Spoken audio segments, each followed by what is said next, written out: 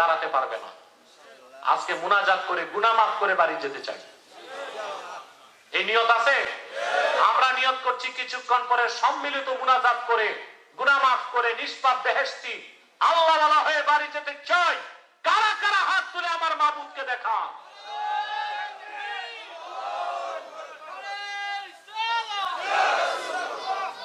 আল্লাহ কবুল করুক, আল্লাহ মঞ্জুর করুক। সম্মানিত সুধী,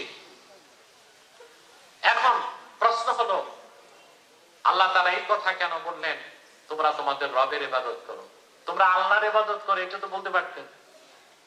প্রশ্ন আসে না? আল্লাহ আল্লাহর জাতি নাম। আমার আল্লাহ যত বড়, সুবহানাল্লাহ, ওনার এই নামটাও তত বড়। এই নাম থেকে বান্দা আল্লাহর পরিচয় লাভ করতে পারবে না, সম্ভবই না। এই জন্য দেখেন সূরা ফাতিহায় আল্লাহ বললেন আলহামদুলিল্লাহি রাব্বিল আলামিন, সকল প্রশংসা আল্লাহর জন্য। কোন আল্লাহর জন্য? তিনি পরিচয় শুরু করলেন রাব্বিল আলামিন, যিনি সৃষ্টি জগতের রব, আর রহমানির রহিম, যিনি রহমান যিনি রহিম, মালিক ইয়াউমিদ্দিন, বিচার দিনের মালিক। তাহলে লক্ষ্য করে দেখেন আল্লাহ রাব্বুল আলামিন কোরআন কারীমে ওনার প্রথম পরিচয় কি দিলেন? রব। আলহামদুলিল্লাহ রাব্বিল আলামিন। আল্লাহর আখিরি নবী মুহাম্মদ সাল্লাল্লাহু আলাইহি সাল্লামের উপর অবতীর্ণ কোরআনের প্রথম ওহীতে আল্লাহ বলেন ইকরা বিসমি রাব্বিক। প্রথম ওহী তো আল্লাহ বলেন নাই ইকরা বিসমিল্লাহ।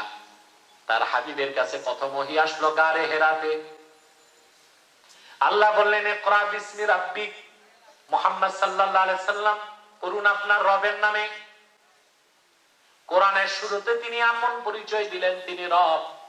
প্রথম ওহীতে তিনি নিজের প্রথম নামটা নিলেন, তিনি রব। কোরআনের শেষ সূরা তো দেখেন কুল আউযু বিরাব্বিন নাস, ওখানে আপন পরিচয় দিলেন তিনি মানব জাতির রব। বলেন সুবহানাল্লাহ। কেন? তার কারণ আল্লাহ রব, আমরা আব্দ। আব্দ বা বান্দার পক্ষে আল্লাহর আল্লাহ নাম থেকে পরিচয় লাভ করার জ্ঞান বুদ্ধি নাই। বান্দা সহজে তার মালিক আল্লাহকে চিনতে পারে আল্লাহর রুবুবিয়তের পরিচয়ের মাধ্যমে। সুবহানাল্লাহ। তিনি রব, তিনি কি? এখন রব কাকে বলে বান্দা সহজে বুঝতে পারে, কারণ আল্লাহর রুবুবিয়তটা বান্দা চোখে দেখে। কথা বলেন, আল্লাহর রুবুবিয়তটা বান্দা চোখে দেখে, এই জন্য সে বিশ্বাস করতে পারে, বুঝতে পারে। রব শব্দের ব্যাখ্যায় মুফাসসির কাজী বাইজাবি লেখেন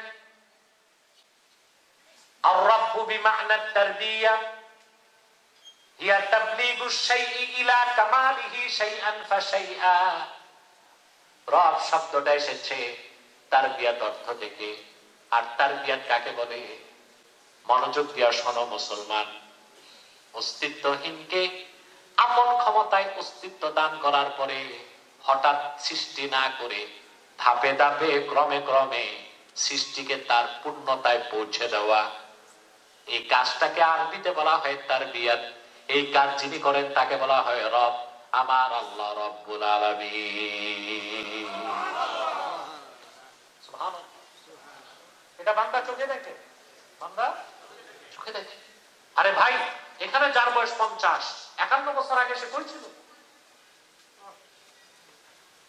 এটা বুঝতে বিশ্ববিদ্যালয়ে যেতে হবে?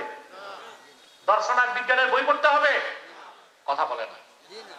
আপনার বয়স 40, 41 বছর আগে আপনি চিন্তা করেন, আপনি তো কিছুই ছিলেন না। নাম ছিল চৌধুরী, পাটোয়ারি, ভুইয়া? কিছু ছিল না। আপনার কোনো নাম ছিল না। মায়ের পেটে যখন আসেন নাই কিছুই তো ছিলেন না। আল্লাহ রাব্বুল আলামিন বলেন হাল আতা আলাল ইনসানি হিনুম মিনাদ দাহরি লাম ইয়াকুন শাইআম মাযকুরা। মানুষের জীবনে কি এমন একটা মুহূর্ত আসে নাই যখন মানুষটা উল্লেখযোগ্য কিছুই ছিল না, তার নাম ছিল না, বংশ ছিল না, কিচ্ছু ছিল না? সুবহানাল্লাহ বলবেন না? ইন্না খালাকনাল ইনসানা মিন নুতফাতিন